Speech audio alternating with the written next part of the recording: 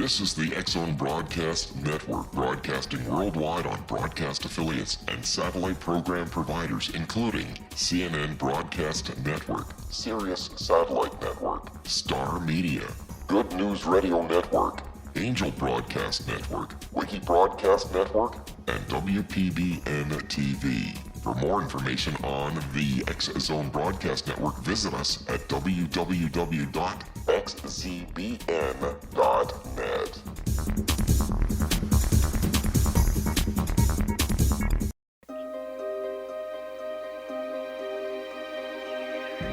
Welcome to Seek Reality with your host, Roberta Grimes.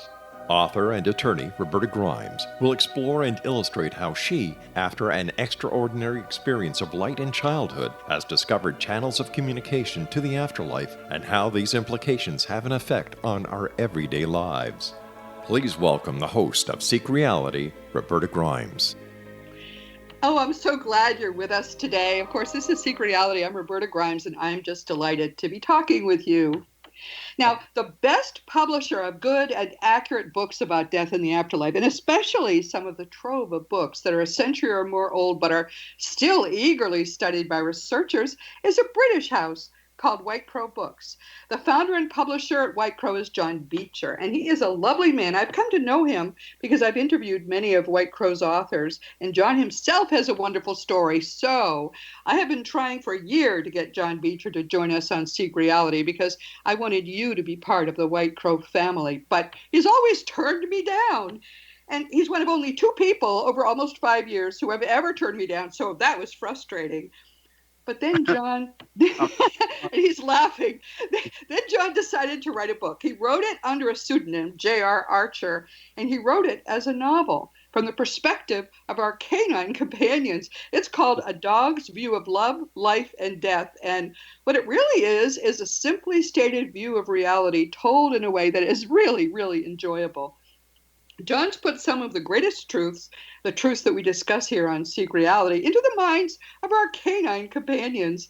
I found his book amusing, quirky, and also really delightful because he turns out to be a good novelist. And I'm going to enjoy sharing with you how he came to do this because I understand how that happens very well. Frankly, if this is what it takes for John Beecher to finally speak to us himself on Seek Reality, the use of a pseudonym, and the viewpoint of dogs and not people, then I'm just delighted. I love it. He's done what to a fellow author looks to be, frankly, really risky, but it all works, and you're going to love this book. Today, we're finally going to have the conversation I've been begging for a year. We're going to learn about John Beecher himself and about White Crow Books, and we'll talk about some of my favorite authors, introduce you to his great little read.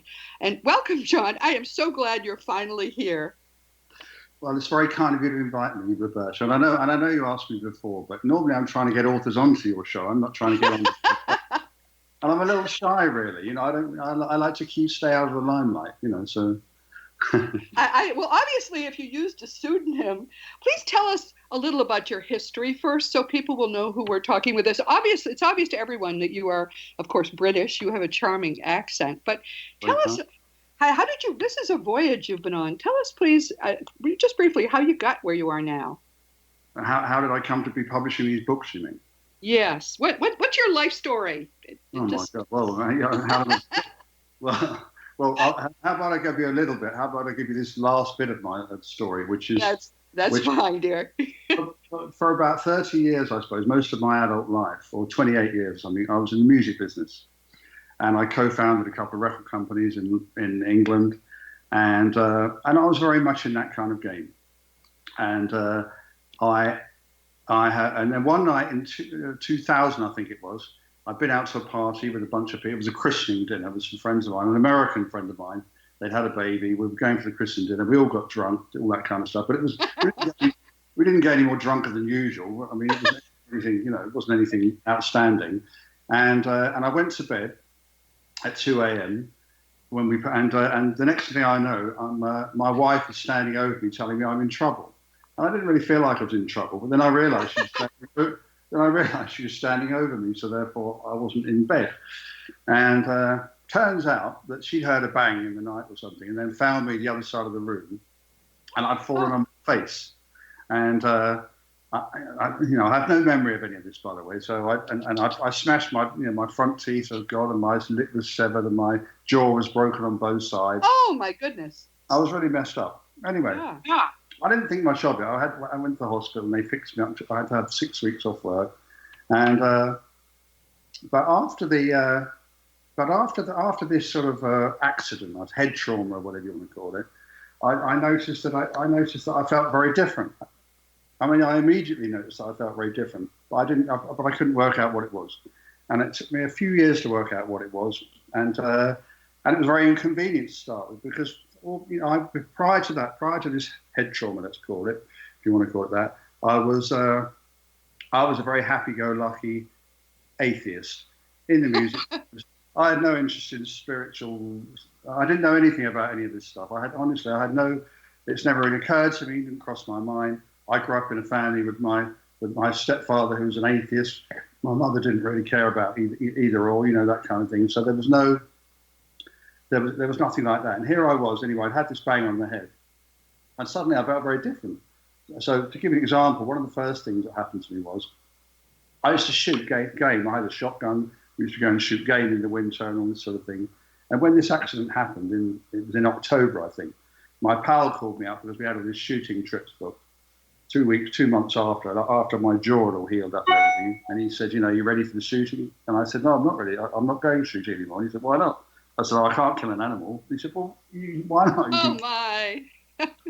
And I said, I don't know why not. I just can't do that anymore. And I don't know why. So that was my first kind of indication, really, that something had happened to me. And I think, and then it took me a few years, really. And over that,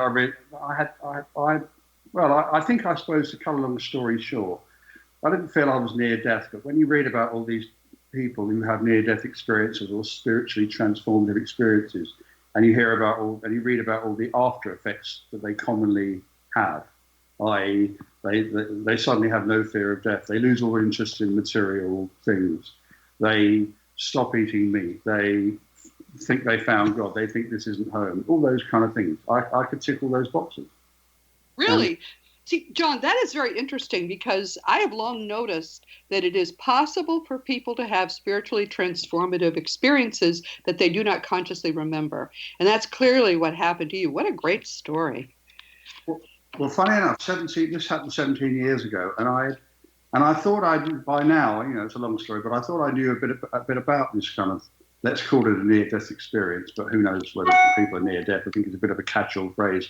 But funny enough, a couple of weeks ago, I went to a conference in London called Beyond the Brain, and there was an American lady there I can't remember her name. Her name is, what was her name? She's a colonel, a retired colonel in the US Army, in the military. And her name's Diane. Anyway, I can't remember it, but she works with veterans who've had near-death experiences, trying to separate them out from PTSD and all these other things. And she said something really interesting. It was a lecture, and she said there's many people who have, veterans she's talking about, who have near-death experiences. And we found that a lot of the ones that have head trauma don't have no memory of anything. Yes. So the after effects. Yes. So Yeah. That's for me, because I'd never read that before. I never heard that before. But it kind of, that's how I felt. So it was very inconvenient because all of a sudden I had this career in the music business, had a great time, married a couple of times, kids, sex and drugs and rock and roll, all that sort of stuff that goes with that business. And all of a sudden it all felt very trivial and unimportant. I love it. This is great. And that was difficult. But please tell people where the title White Crow came from. Oh, well, okay. After I had some odd experiences, I had some precognition, I had lots of psychic things over the next few years that happened. So I started reading about all this stuff. I started getting interested. This is probably 10 years ago now. And I was reading about William James. And William James had this phrase, didn't he, which I'll paraphrase, where he was talking about the idea that if a medium or something could do something, if one person can do it, then it had to be true. And yes. This phrase, and my modern version of it is, in order to disprove the law that all crows are black, it's enough to find one white crow. That's what he said. Right. And that's kind of where and I woke up one morning with White Crow books in my head, and off I went, really. That's how. Yes. Your story is amazing because you have exactly the experience, the set of experiences that I would expect from someone who had genuinely been called to do this work. And in fact, I've just got to tell you, you've basically created an entire flock of white crows filling the sky. Your books are wonderful, but every one of them, by itself, is a white crow. Well, it's great, yeah. But I mean, did they have to smash my face into, Well, so yeah, I mean, they had to get your attention, dear. But that's sometimes the kind of thing they have to do to get our attention. oh. Sometimes the worst thing things that happen in our lives are meant to turn us toward our true mission. And everyone needs to understand it could happen to you as well. There is nothing bad that happens. It's all meant for good, for our spiritual growth. And what a beautiful story. So how did you get started? So you woke up and your guides during the night had said, hey, start White Crow Books, and you went ahead and did it? Well, no, it wasn't quite like that. What happened was it took a few years, because for a few years I was, as I say, I was still in the music business. I was running a record label in London, a small record label, and I was, doing my, but I couldn't do it after a while anymore because it just didn't. I had no interest in it. I had no interest in earning money, which was my main motivation those years ago. I mean that. So it was a very difficult time. So eventually, I just sort of left the company I started. I got divorced. I sort of left, and then I was sort of sitting around thinking. But I'm just reading all these books. I'm reading all of this old spiritualist literature and all this sort of stuff, and kind of feeling very, and it was kind of validating how I was feeling. And then one day I had my sister called me, and she said she met some friends of hers she hadn't seen for a long time, and she'd been seeing him recently. And she said to me that you've got to, she wanted me to call a friend of hers because she'd had an odd experience that she wanted to explain to me. And I didn't really know what she was talking about. So anyway, I called this woman who I'd never met.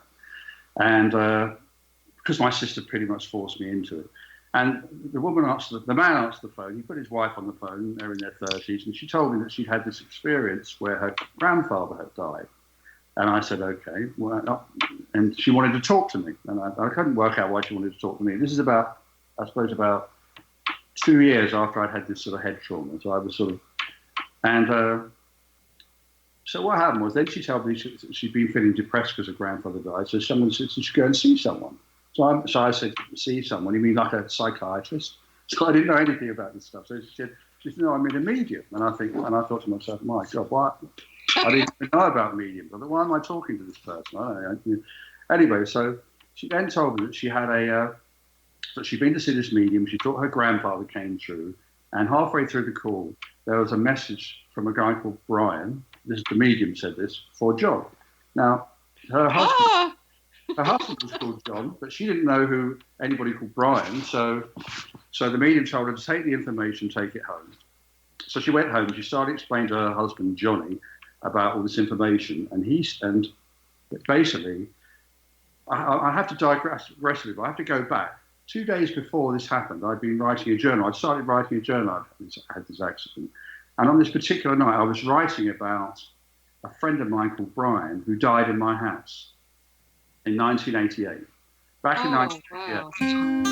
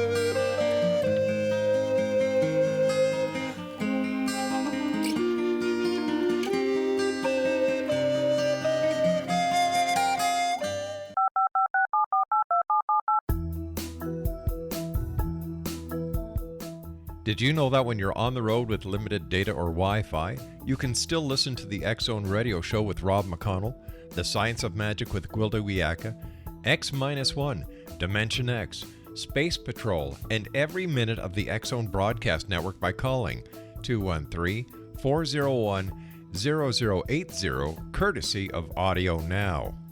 No smartphone, app, or internet needed. It saves your data plan and it's free if you have unlimited minutes.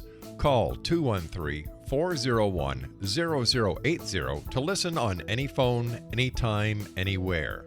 Remember 213-401-0080 for the best of the paranormal, parapsychology, and sci-fi radio programming anywhere, 24/7, 365.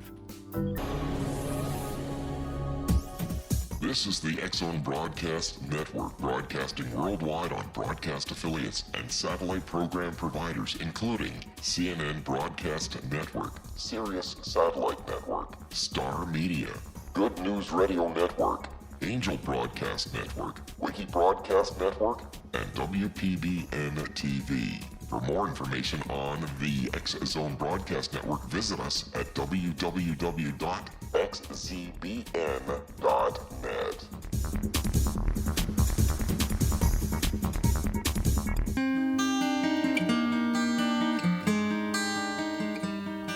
Welcome back to Seek Reality. This is Roberta Grimes, and the computer decided to start the music a little early, so we would have to wait for John's punchline. So now we're going to get that.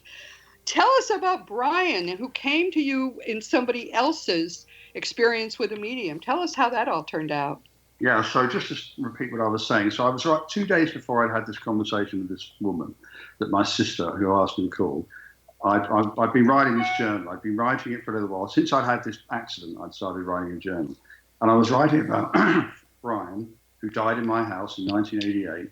And he'd been out drinking. He was staying at my house because he broke up with his girlfriend. He banged his head, and he died on my living room floor of a brain hemorrhage, basically. Oh, my. So I was writing this journal. We're now in 2002, 2 years after I've had a head trauma. And I'm sort of just writing about how maybe if I'd have taken him to hospital, he'd still be here. I wasn't feeling sort of guilty or anything, but it was just an observation. And that kind of thing. Anyway, 2 days after I'm writing, whilst I was writing about him, I went into the kitchen in my house, which I just renovated to make some toast. I plugged in the toaster, and all the lights, all the kitchen electrics all fused. So anyway, I poured toast and carried on writing.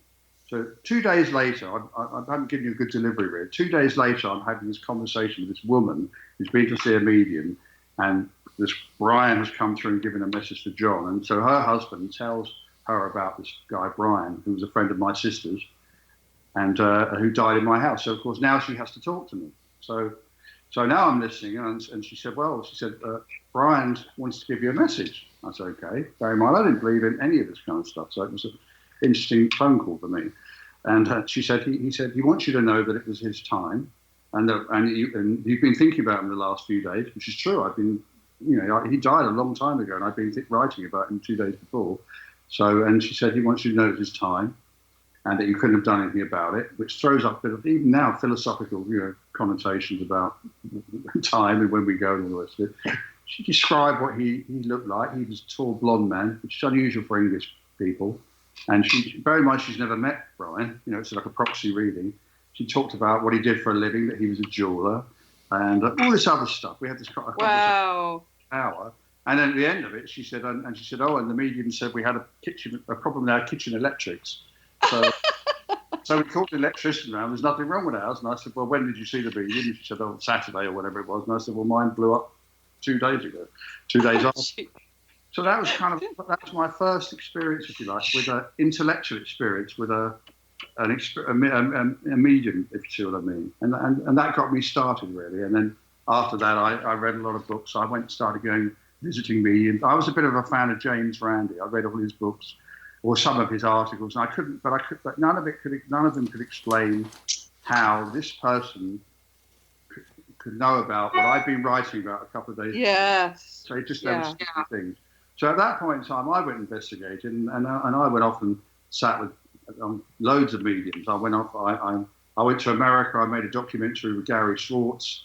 I went to the remote viewing conferences and met Ingo Swan and all these guys. I was on a mission by now, and eventually a few years later, I woke up one day and decided to, White Crow books in my head. And I thought, I quite like these old books, but I think I could do better. So I started to publish them. I wasn't really so much interested in publishing per se. I've never been a publisher before. I was in the music business, but I was very interested in the subject. I was very interested in thinking. I was thinking, like most people, why don't more people know about this kind of thing? And I also had to make a living. Not that it was because I wasn't in the music business anymore. Yeah, that's how it started really, and that was about 7 or 8 years ago, I guess. Well, you're some of my very favorite friends and people I really admire in this work, notably the Zamets and also Michael Tim, are published by you. Did they find you or did you find them? Well, I think it was a bit of a mixture, really. Originally what happened was I was reading a lot of these really old books, and thinking I could, do better than this, with technology now and ebooks and digital print on demand and things like that.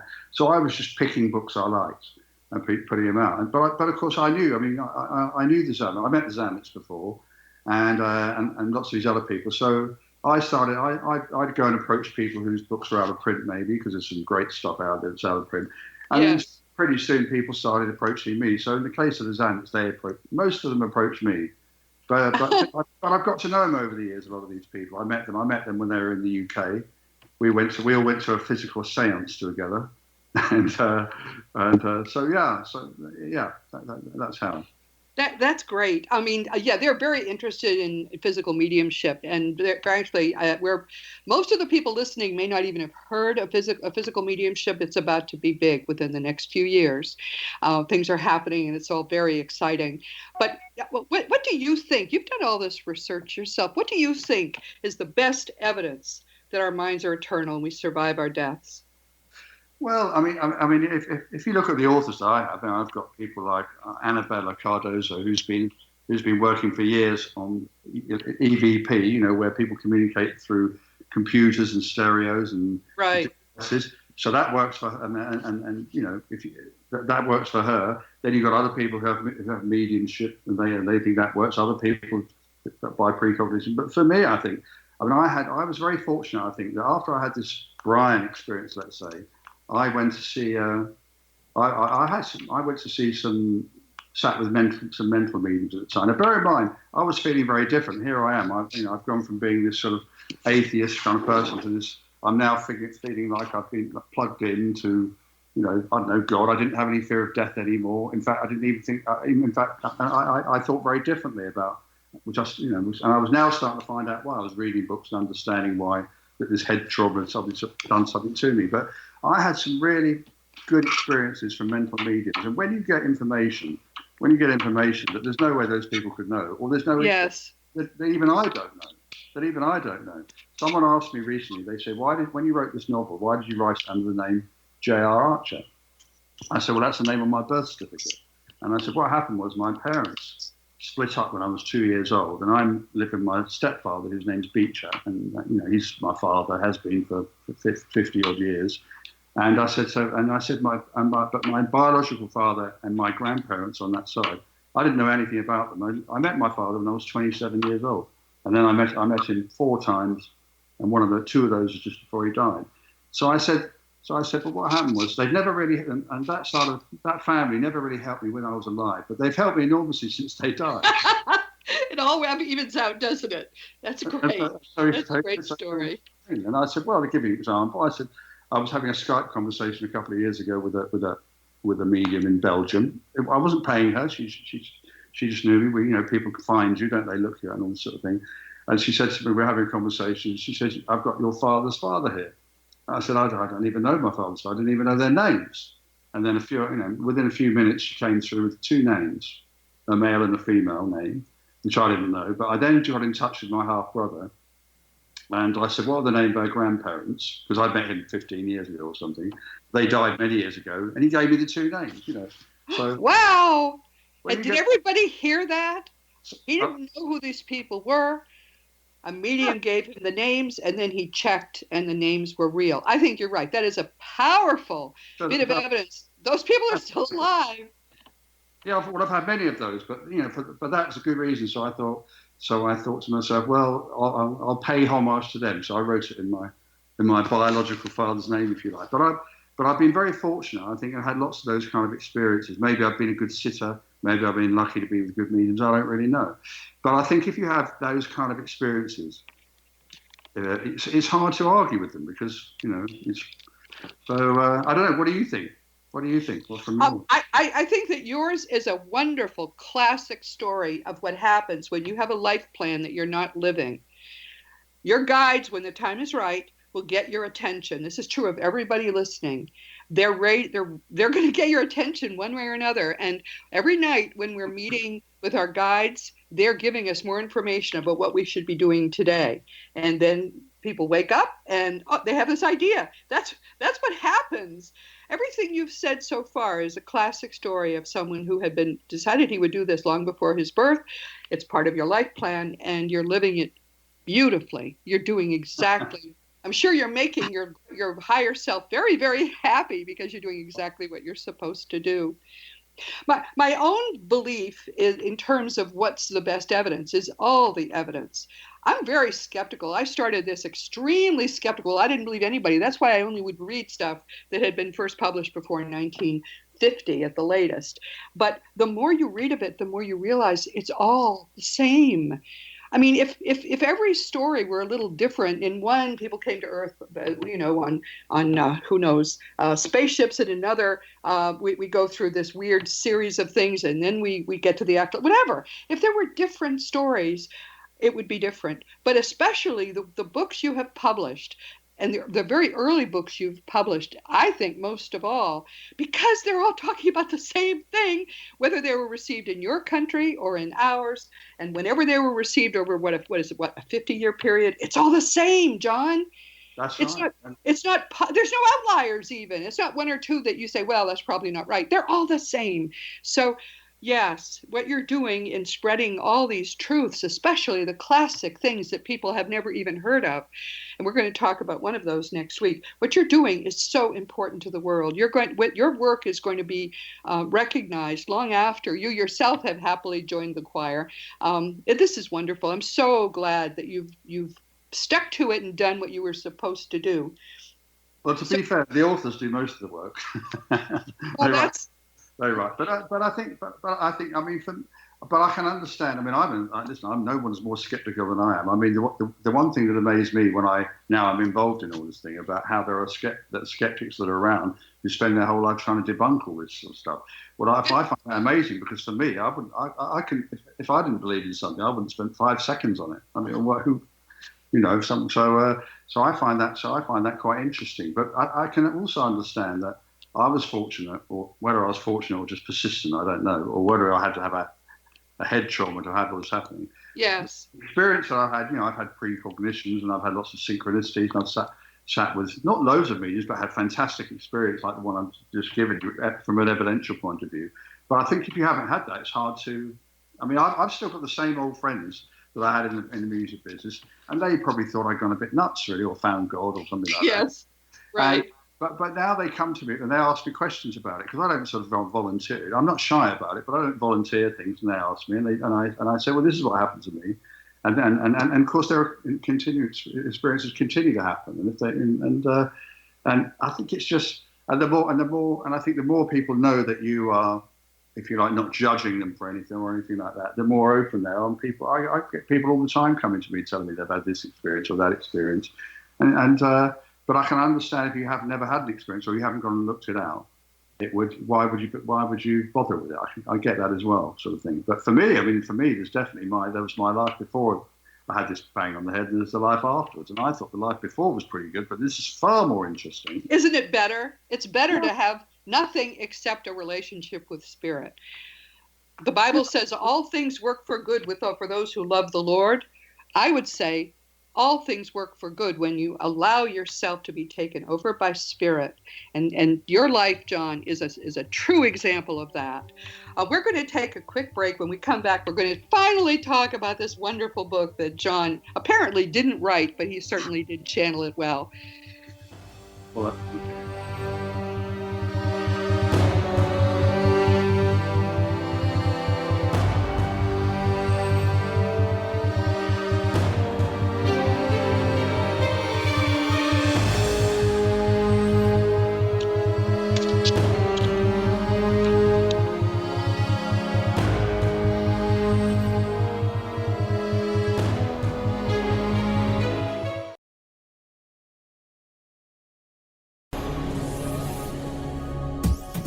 This is the X-Zone Broadcast Network, broadcasting worldwide on broadcast affiliates and satellite program providers, including CNN Broadcast Network, Sirius Satellite Network, Star Media, Good News Radio Network, Angel Broadcast Network, Wiki Broadcast Network, and WPBN TV. For more information on the X-Zone Broadcast Network, visit us at www.xzbn.net.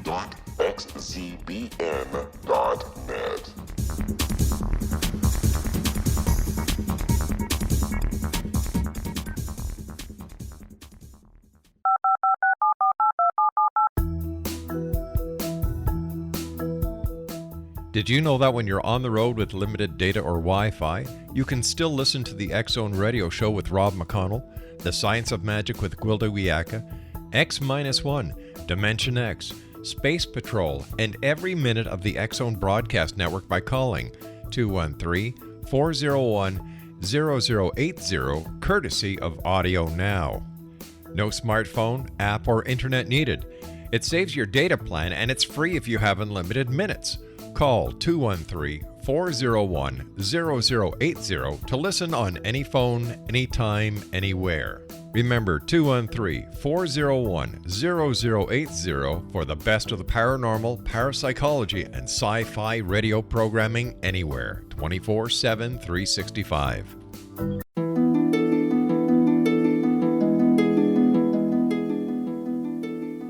Welcome back to Seek Reality. Our guest today is John Beecher, the publisher of White Crow Books, which is the finest publishing house in this field. It's the one which publishes all the old stuff which otherwise would be lost and which is so precious in terms of evidence. And it's the one that publishes cutting edge stuff too, including this quirky novel. When I first opened this novel, I was amazed because I'm a novelist, have been all my life. And the first thing I thought, John, was, this guy knows how to write fiction, which is why when I asked you how long you've been doing it, tell us how you got A Dog's View of Love, Life, and Death. Well, I'm not. I'll tell you what. I'll tell you exactly what happened. About what year? 2016, the beginning of last year. In the last 3 years, both my parents have had strokes. They're still alive, just about. And I had an agreement with them years ago that if anything happened to them, I'd take their dogs. I never thought I'd have to take their dogs, but here I am. So at the beginning of 2016, I got these two little mutts, Rosie and Rags, which are sort of Jack Russell cross dogs. So at the beginning of 2016, I only had them about a month, and I'd walk them on the beach near where I live every morning. And one day I was walking on the beach and waiting there while they do their thing, you know. And suddenly this thought came to my mind. It was a sort of idea for a story, and the idea of the story was that dogs know more than we think they know. It was a fantasy. It was not something I think. It was a fantasy. Dogs know more than we think, and they act as like sort of, you know, guardian angels, for want of a better word. And they sort of cruise round and help us move toward unconditional love. And then this scene came into my head of a guy jumping off a roof to his death. A guy called Robbie. And there was a guy called Robbie. He was a good friend of a good friend of mine, and he did unfortunately jump off the roof to his death. So I had this story came into my mind, and I had never thought about it before. I'd never contemplated writing a novel ever, not even for a second. I can honestly say that. So I went home and wrote down a couple of thousand words, and then I thought that was interesting. And so the following day I went back to the beach again, and another scene came into my head, and I wrote a couple of thousand words. I basically every day for 11 weeks, and that was the start of it. Really, I had 75,000 words. Wow. And then obviously I took a long time because I realised it was probably awful what I had, and I found an editor and this and that. But that's how it happened. It wasn't. I didn't plan to write a novel, and I can't honestly say it was inspired or anything like that. I don't really know, but I had, and I suppose what the book is. The book is a way of expressing ideas, the sort of ideas that you talk about on your show and that we're talking about. But I'm using a contemporary setting and using the dogs as being these beings that they know more than we do, and they do. So that's how. All right, let's talk about this just in a larger, because I want to put that in a context. What John did, whether he knew it or not, as he came out of that head injury, he actually gave his life to Spirit, or Spirit took it. I suppose that's possible, but for me, you've sort of at some level he consented, and so Spirit is now using him. What he did was to channel this book. Nobody who didn't have others helping him could have written something that is so technically well done. Each of us who is working in this field, and I think I was always supposed to write fiction, but I can't write fiction without the help of my guides. My primary fiction guide is named Marvina, and according to Suzanne Wilson, she looks like a young Ruth Bader Ginsburg. That's how I always imagine her. But they write this stuff. I just open my mind and let them write it through me. But I've tried to write fiction myself. I cannot write a word. And John, the same thing is happening to you. When you're sleeping, when your body sleeps, your mind is visiting with your guides. And so they said to you at some point, okay, hey, you're going to write a novel. You said, yes, sir, happy to do whatever. And they started to give it to you. And this whole thing was channeled from Spirit. I think that's an absolutely beautiful thing. And no wonder it's such a good, entertaining novel. These people know how to do it. Well, it was great. I don't know. It was great fun to write. I really enjoyed the process. As I say, I hadn't thought about it before. I hadn't experienced it before. I'm not a natural writer or anything like that. So but I did enjoy it. It was great fun, and I'm pleased with it. And yeah, it was a lot of fun. People who are thinking, wow, I want to do that. This is not something you can do, but you can open yourself. For me, all of this started when I gave my life to God. I figured it was God's turn. I'd had such a good life. And then I started writing books, unbelievably well. And those books were, of course, all channeled. But this is wonderful. So, all right, you read this. Did you edit it much after you saw that you had written 75,000 words? Well, no, I'll tell you what happened was I literally went every day and I wrote a bit. I went to the beach, came up with a scene, if you like, went home and wrote it down. And then I sent it to an editor, and I found an editor a girl called Talia Newland in Australia, who'd written about metaphysical fiction. That's why I sent it to her. And she came back to me and said, well, because I thought she might have something to say about the content. Well, actually, she didn't say anything about the content, but she just showed me how to restructure the book, how to have, more prose, less dialogue, that kind of thing. So I did change. I did follow her lead and change things around in terms of the structure of the story and all the rest of it. But I didn't. But the content. But she didn't question the metaphysical content, if you like, which was just coming out of my head really. And that was what this is a book for people who don't want to sit down and read a nonfiction book about this topic, but want to learn about it in a very enjoyable, very fast-paced way. I mean, there are so many. They're quirky, but they're real characters. You really care about the characters, which is one way I am sure that this is written by people who know what they're doing. You care about the characters, and it keeps whipsawing you in various directions, but it always makes sense when it does that. That takes skill, John. I mean, it's a very, very interesting and fast-paced novel. I mean, it's hard to put down once you start reading it, and it teaches you about what we're talking. As you say, it's very full of these facts, but not in a preachy way, just in a, all right, here's more information that's important in this person's life right now kind of way. And that's what fiction should do. It should be entertaining. It should never bore. And it should give you information that you never would have gotten before in a way that makes it really stick in your mind. That's what your novel does that. I just think you did a great job. Well, that's very kind of you. I mean, from my perspective, it's if people say to me, "Oh, it'll be really nice if people like dogs." It's not really about people like dogs. Most people that have read it so far who like it, they like it because it's about life after death. It's about me. It's about all the subjects that you discuss in your program, but right. put into contents, and so. And it's true. A lot of people. I mean, a lot of people I know wouldn't dream of reading a book that I've published, a non-fiction book. But they might read a fictional work. One of my pals came back to me and he read it and he said to me, "Do you believe all this stuff?" I said, "Which stuff? About dying or what?"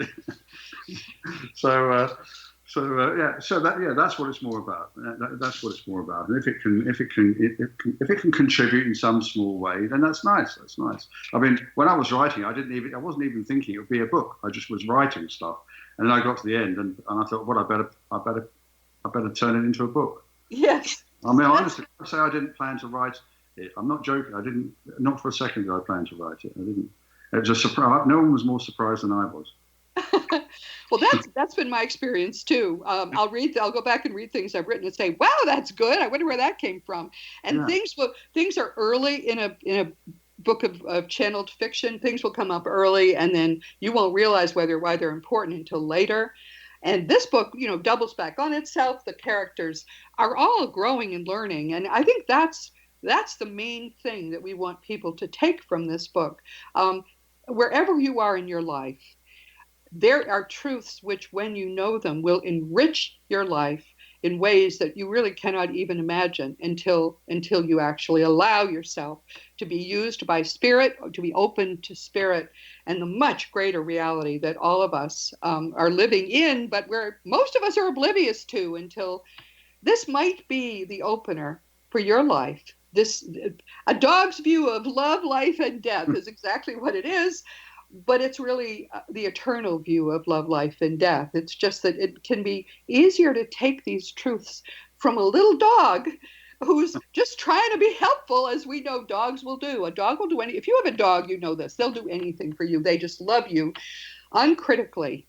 And these dogs are loving people, even sometimes people they don't really know well. They're loving people and trying to help them grow. They're basically very spiritually advanced dogs. They're like spirit guides in the body of little dogs, which is sometimes a lot easier to take for us than the thought of a spirit guide that's a powerful entity. Beautifully done, John. I think it's a wonderful book, and it's blurbed by some of the people I love best too, so I'm not surprised that they enjoyed it. So whether or not you like dogs, I mean, I don't own a dog and haven't for many years, but still I resonate with what these little dogs are saying. Every bit of it is true. Every bit of it is really hard-won wisdom, and they tell it in such an enjoyable way that you will not be able, as I say, to put this book down, because you've got to find out what's going to happen to this character that the dog just gave some information to, and will these people get a clue? It's just an enjoyable book. Thank you. So are you going to do another novel? Do you have any idea about that? Well, no, I think I've started, but it hasn't. I think the thing is, it was a big distraction when I wrote last year. I've been too busy doing other things and haven't made the time. But I've started. I have the idea for one, so I'd like to do another one. But it's not my main thing at the moment. So I will do probably. But I did enjoy the process. I did enjoy the experience of it. So why not? Yes. The thing that you need to understand, what I've learned more recently, is that a novelist who is writing the novels himself or herself doesn't enjoy the process. But I know what you mean. When I'm in the middle of writing a book that is being channeled, I just love it. It's like a thrill. It's the most fun you could possibly have when you're writing a novel that's being channeled and it's going well. Because you don't even have to be in charge. It's just, I wonder why I just wrote that. I mean, I accept it with love now. I have another one that I've got to start writing soon, and it's already pushing. I know I'm going to have to do it soon. So you're going to have to come back to us when you have another one written and talk about this process again. And I want to emphasize to anyone who is saying, wow, I want to be able to do that, you can do it. There are many more spirit guides waiting to help people who are open than are people who are ever willing to be open. All you need to do is give your life to God. That's all you need to do. And God will help you and use you in ways you cannot possibly imagine.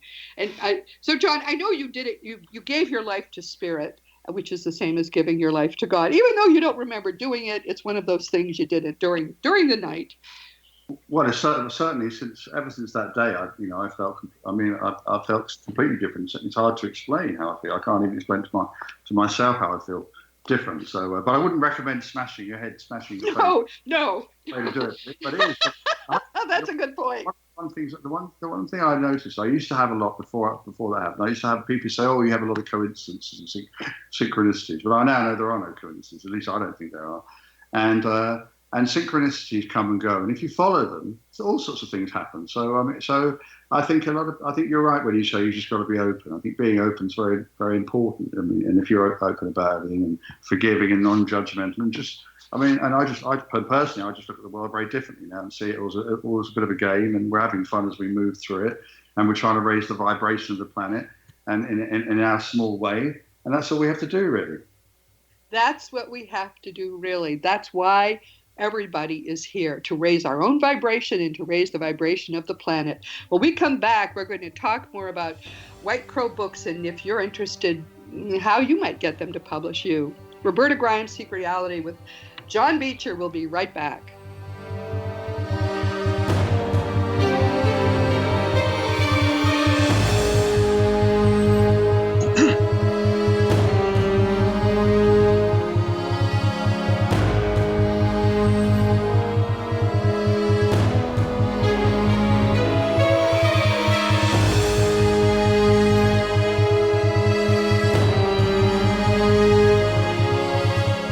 The Earth is under ever-increasing pressure from untenable lifestyles and growing populations. Yet, viable answers seem in short supply. What if I told you there's an ancient form that can empower you to take charge of your life?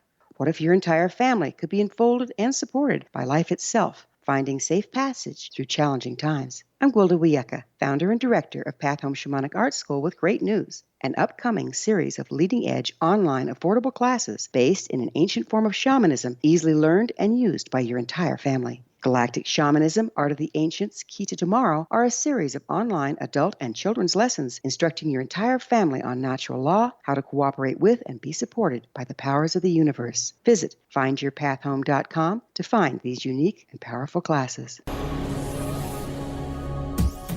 This is the X-Zone Broadcast Network, broadcasting worldwide on broadcast affiliates and satellite program providers, including CNN Broadcast Network, Sirius Satellite Network, Star Media, Good News Radio Network, Angel Broadcast Network, Wiki Broadcast Network, and WPBN TV. For more information on the X-Zone Broadcast Network, visit us at www.xzbn.net.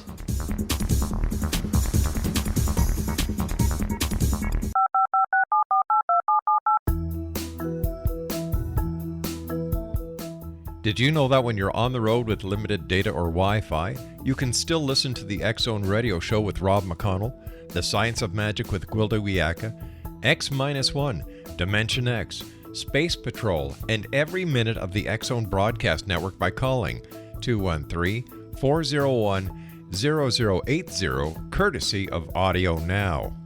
No smartphone, app, or internet needed. It saves your data plan, and it's free if you have unlimited minutes. Call 213-401-0080 to listen on any phone, anytime, anywhere. Remember 213-401-0080 for the best of the paranormal, parapsychology, and sci-fi radio programming anywhere, 24/7, 365.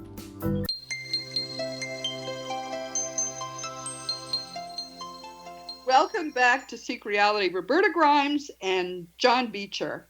Now, many people, I think, who are listening might be thinking, if I wanted to write for John Beecher, how would I go about doing that? Are you accepting submissions? Well, I accept very few because it's a small business, there's me and a few other people. So I do occasionally. If you go onto the website, there's a submissions page. So anybody can go on there and have a look there. But, hang on a minute. The dog wants to go out. Hang on. You've got these are the very dogs that are now stars in their own right. Right. So share your website so people will know where they should go to reach you for any reason. www.whitecrowbooks.com.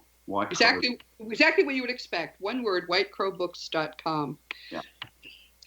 Where do you think your publishing house is going? Have you thought about that? I mean, it's really basically happening to you, so you may not have any much sense of the future. But what do you think is going to be the future of White Crow Books?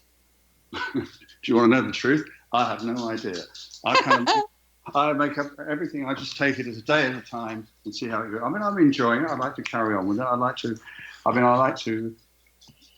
put out books that are interesting and you know, the commerciality of the book is kind of I mean, obviously we like to sell books. The commerciality is secondary to the interesting book. So I like to do it. I like to do more to spread the word, if you like. But I don't have a long, ambitious plan because who knows how long we're going to be here.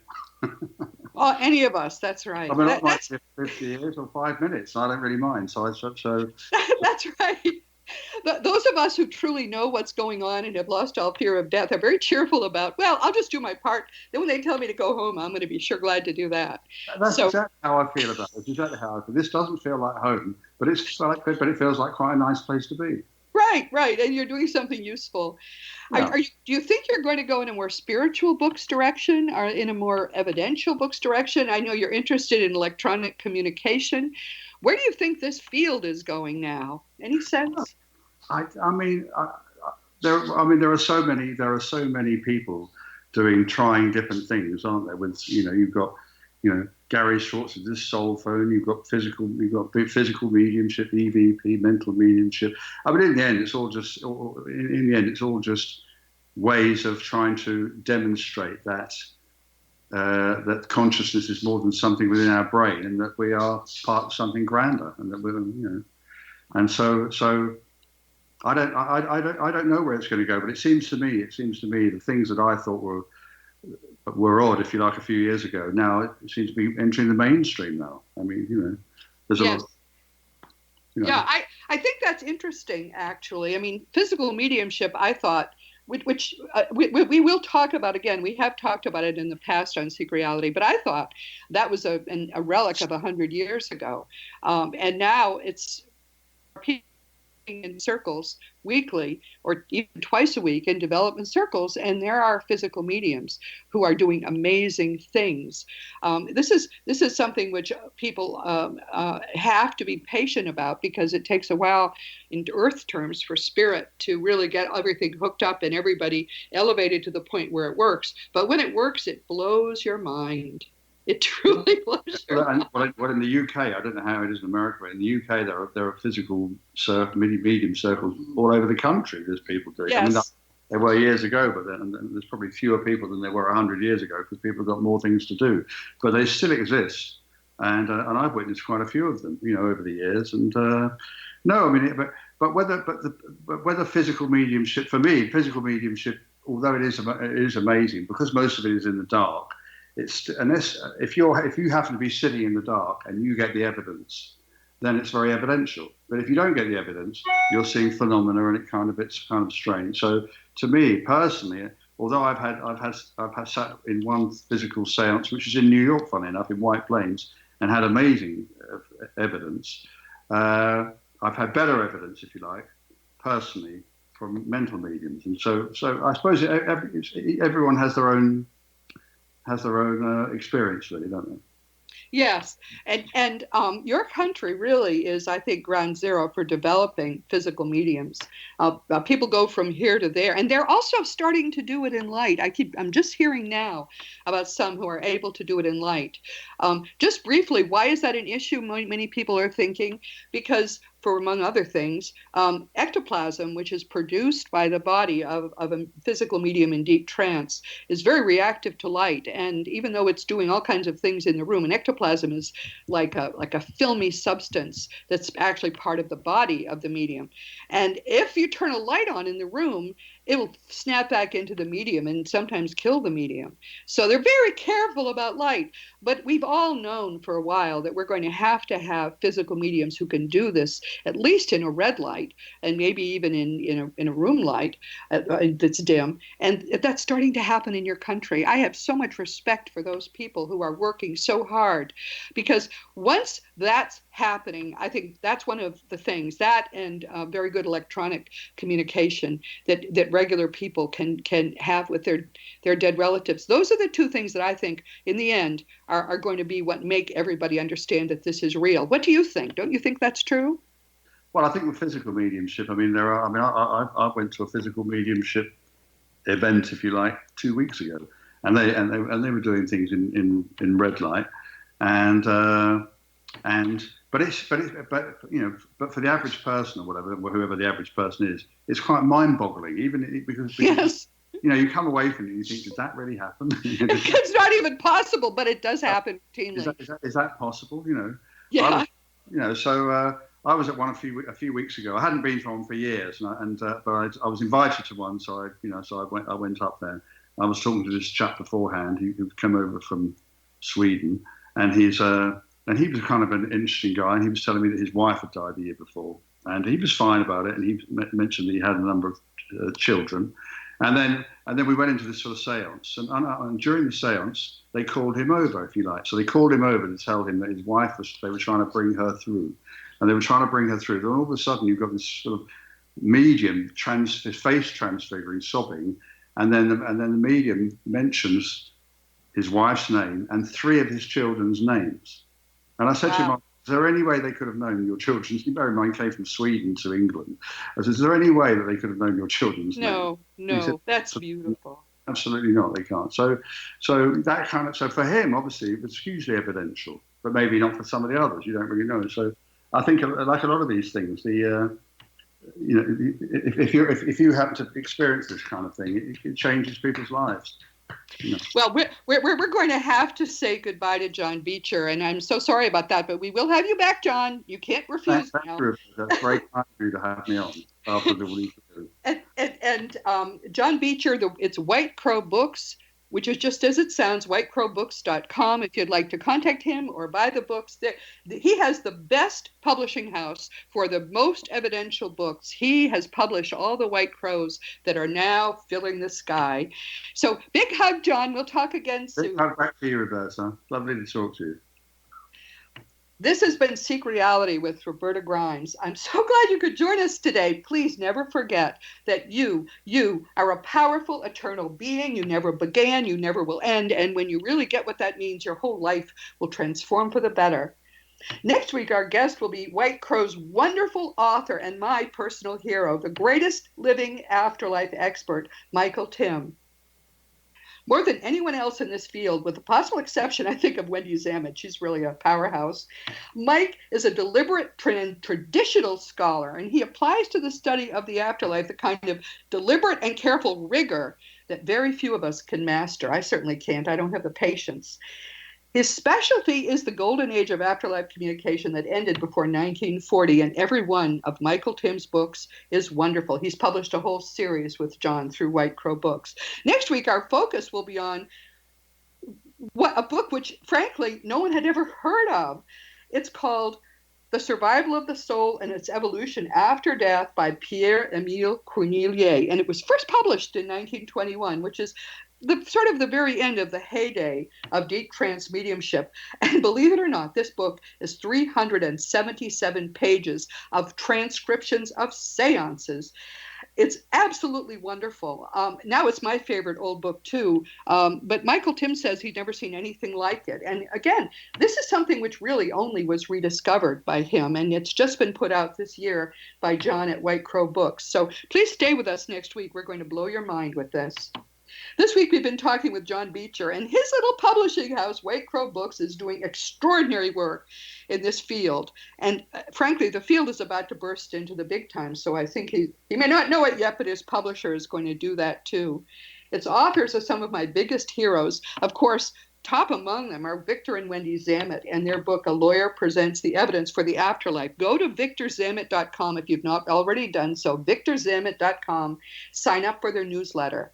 It comes every week, and it's full of all this information, and I learn so much from it every week. It's the best news you will read ever.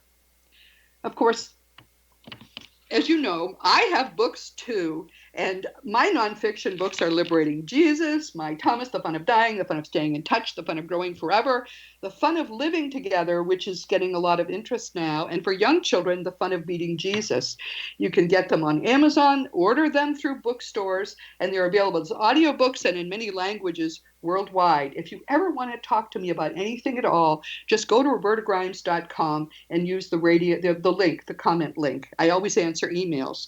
Meanwhile, this has been Seek Reality with Roberta Grimes. Please enjoy and make the most of this coming week in our one reality, knowing that you are a powerful, eternal being, and you in particular are infinitely loved.